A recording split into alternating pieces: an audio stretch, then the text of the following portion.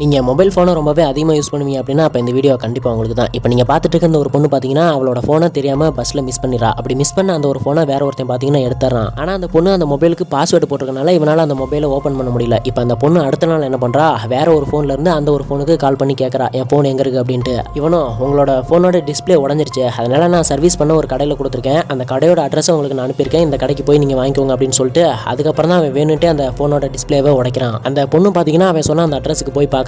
போய் பார்த்தா அது இவனோட கடை தான். இவனோட மொபைல் ஷாப்போட கடையோட அட்ரஸை தான் அவன் கொடுத்துருக்கான் அந்த பொண்ணுகிட்ட. அந்த மொபைலோட டிஸ்பிளேவை மாற்றினதுக்கப்புறம் உங்க மொபைலில் டெஸ்ட் பண்ணி பார்க்கணும் அப்படின்னு சொல்லிட்டு அந்த பொண்ணுகிட்ட இருந்து பாஸ்வேர்டை கேட்குறான். அந்த பொண்ணும் பாஸ்வேர்டை சொன்னதுக்கப்புறம் இதை அவன் தெரியாமல் நோட் பண்ணி வச்சுக்கிறான். இப்போ அந்த ஃபோனில் இருக்க எல்லா டேட்டாவையும் வேற ஒரு ஃபோனுக்கு மாற்றிட்டு இப்போ அந்த பொண்ணோட ஃபோனை அந்த பொண்ணுகிட்டே கொடுத்துட்றான். இனிமேல் அந்த பொண்ணு அந்த மொபைலில் என்ன பண்ணாலும் அது எல்லாத்தையும் இவனாலையும் இவனோட ஃபோனில் இருந்தே பார்க்க முடியும். இப்போ அந்த பொண்ணு எங்கே போகிறா எங்கே வரா அப்படிங்கிறத அந்த பொண்ணோட மொபைல் கேமரா ஆன் பண்ணி இவன் இங்கேருந்து பார்த்துட்டு இருக்கான். ஸோ கடைசியில் தான் தெரியுது இவன் ஒரு சீரியல் கில்லர். இந்த மாதிரி தான் எல்லாரோட பொண்ணோட டீட்டெயில்ஸும் கலெக்ட் பண்ணி அதுக்கப்புறம் அந்த பொண்ணை கடத்தி கொலை பண்ணுறது தான் இவனோட வேலையை.